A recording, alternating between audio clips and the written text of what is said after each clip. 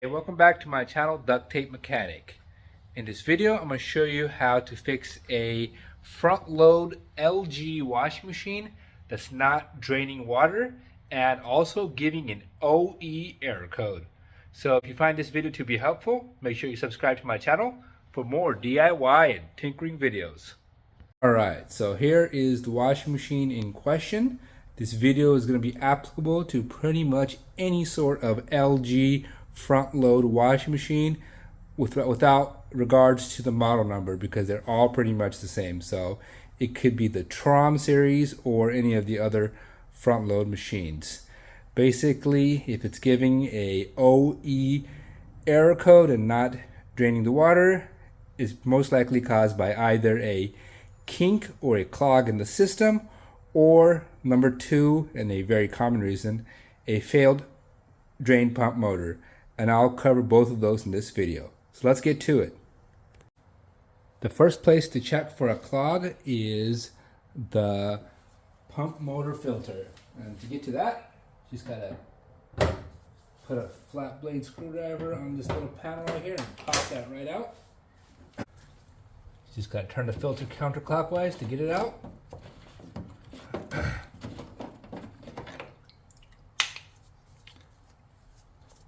And that looks like it's pretty clean to me. Now, if you want to avoid all this water coming out onto the ground, you can use this little hose right here. All you gotta do is unplug it and allow this water to drain into a pan or a tray or something like that. But that right there would be the number one place to check to see if there's any sort of clog, if you're getting that OE error code. And the second place would be to make sure your drain hose in the back is not kinked. A quick visual inspection can reveal that there's any kinks in the drain hose. You can also take it back, pull it out of the drain over here and see if there's any sort of kink. But most of the time, that clog will be present in that filter housing right there. So if you've done those two things, the next thing we're going to look at is the drain pump. We're going to inspect the drain pump for one. We're going to see if it's got a clog, because that's also could be clogged. But then if it's not clogged, then we can also kind of inspect it for mechanical failure, and also we can also test it electronically. And on this particular, or on LG's, the drain pump can fail quite often. So we're going to take a look at that and see what we find.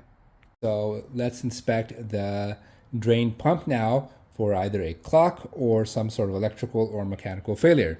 Now, to get to the drain pump on these sort of LG washing machines is a little bit of a process compared to, you know, a top loader, but it can be done. And so the first thing we're going to do is we're going to undo the spring clamp around the front of this gasket. Now, to do that, they do make this nice little spring extension tool. They're like 15 bucks on Amazon. And even if you use it one time, I think it's well worth it, because you're just saving so much money by doing this repair yourself. But what I can do is I can link this in this video, so it just pops up, so you can get to it if you need to buy it. I recommend it. Like I said, one-time use, 15 bucks, still worth it. All right, so basically we're gonna stick our spring expansion tool into the holes of that spring right there and pull it out. I guess you could also use some sort of screwdriver as well, but this is not really easy. There it goes, that spring clamp. The clamp removed, you can kind of push back the gasket right here, so it's no longer attached to the door.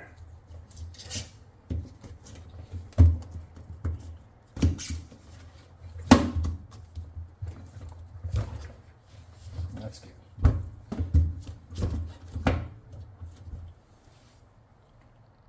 After you've loosened up that gasket off the door, we're going to go ahead and open up this pump filter housing and undo one screw that's holding in the housing.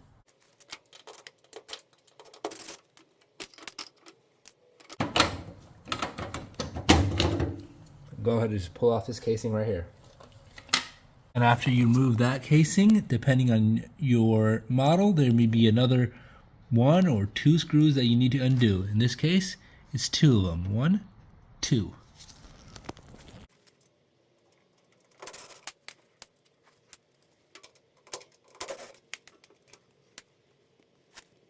After that has been done, we're going to come up to the top right here and remove the fabric softener or laundry detergent dispenser.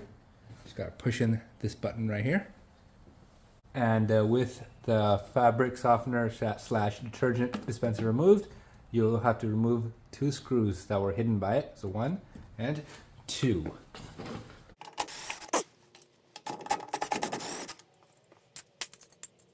We're going to come all the way to the top right here and remove this top right here.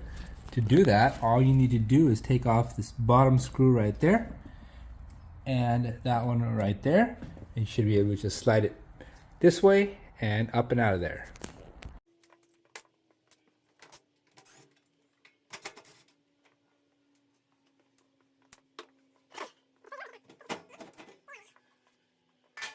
Alright, so on some models, once you remove the top panel, you'll also have to remove like a screw that's right here. And on this particular one, that screw does not exist. So all we're going to do is take off the display panel, which is held in by these little plastic clips.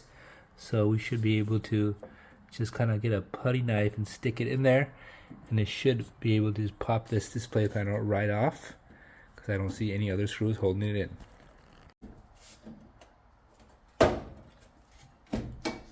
Putty knife was not even needed.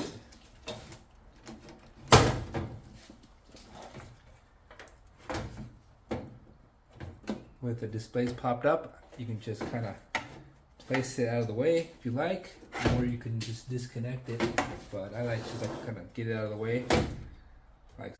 Alright, so to remove the front panel next, all we gotta do is remove these 4 screws. I believe on some models you may have 6 screws. So once we remove that, this whole panel is gonna come forward. So we're just gonna kind of lean it up against our legs, then disconnect the lid switch, or I should say the door switch, because we haven't done that part yet.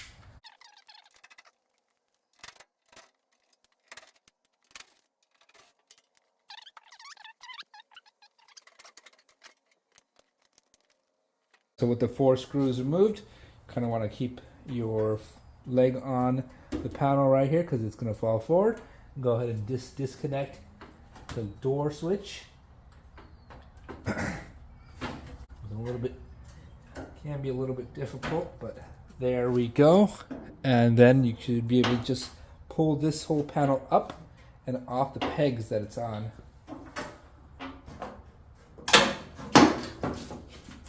There we go. Alright, so with that front door removed, you can see the drain pump. Now you may be wondering, why is there 2 motors here? This right here, the motor to the right, is the recirculation pump motor, and that is not going to cause drain issues. So don't worry about replacing that. It's all kind of bundled in one unit right here. But the motor to the left is our drain pump motor. Now, to get this out right here, you're going to have to undo 3 hoses. You're going to have to undo the recirculation pump hose. You'll have to undo the drain pump outlet hose and the drain pump inlet hose. Now, after you undo these, you could check for clogs in the drain pump inlet and drain pump outlet hose as well, because that could also lead to some OE issues or the washer not draining. So I like to check for clogs before I start replacing parts. So we're going to go ahead and undo those hoses, then get that undo the hoses, then we'll also have to undo the wire connectors. It's important to remember that the recirculation pump has the blue and black wire, while the drain pump has that brown and black wire. So we'll undo the hoses and the wires, and I'll show you how to get the pump out.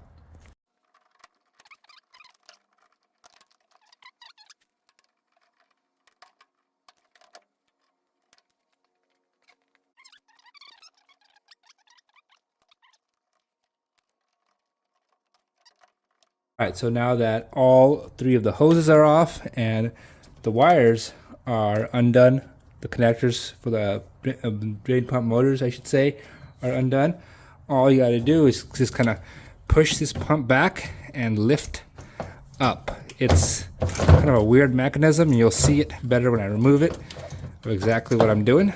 But that is that whole thing. Just gonna come right. Where's it cut up at? Oh yeah, the wire's clipped right there. There we go. So it should just come out right there. And you'll see what was happening was this part right here of the drain pump body, this little stand right here, slides into that right there. So you got to kind of come at it at an angle and slide it into place and pop that tab. So to get it out, I kind of pushed it up and out, but I guess you could also kind of, if you're having trouble, reach through the back and push down on that tab, and that should also help a little bit as well. All right, so now we've got the pump out, and we've verified that there's no other source of clog. We're pretty much narrowed it down to an issue with the pump. So we're going to go ahead and take off the motor and inspect for any sort of internal clog, and if there's not, then most likely our pump is bad, and we'll have to replace it. I'll kind of also show you how to check the resistance of the pump, so you know that if you want to double check it to see if it's bad electronically. But that does not, it's not a foolproof method. I mean, it could turn out that the pump is bad mechanically, so electronically it'll test out good, but it could still be having some sort of a mechanical failure. But by doing this whole process of checking for clogs, and checking the pump internally for clogs, then also checking it electronically, you can eliminate a lot of different factors. All right, so now we're going to remove the pump motor from the pump and inspect it. So you do want to keep kind of an idea of what the orientation of the motor was to the pump.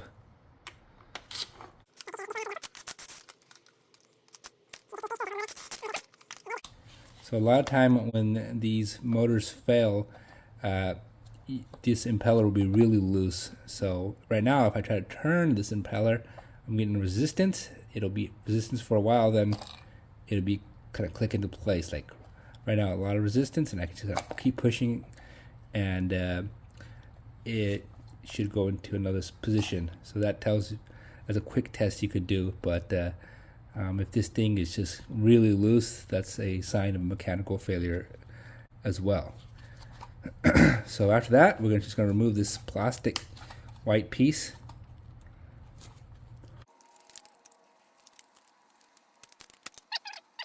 All right, so I'm going to briefly show you how to test out the drain pump windings or the drain pump electrically.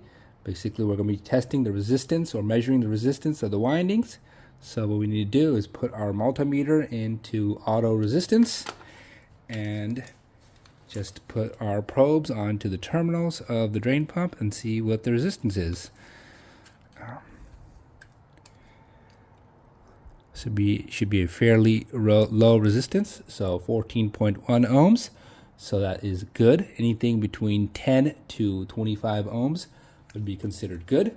So if you put your leads onto here and you got an OL, that means your windings are no longer connected. Or if you got a really high resistance, it could be an indicator that you have a burnout or some other electrical issue. Yeah, if you've come this far and you can't find a clog and you can't really find anything wrong with the pump, it's probably best just to go ahead and replace the pump because it is a common issue. So let's go ahead and reinstall the pump and put this thing back together. It's fairly simple. It's just pretty much everything but in reverse order.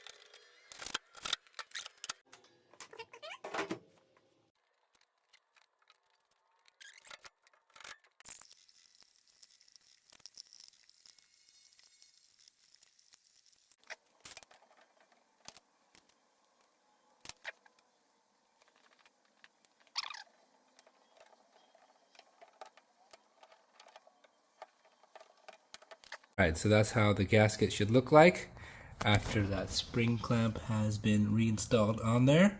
That's why I highly recommend this little tool. But anyways, that is how you fix a LG front load washing machine that's not draining the water and giving an OE error code. So if you find this video to be helpful, make sure you hit the thumbs up sign.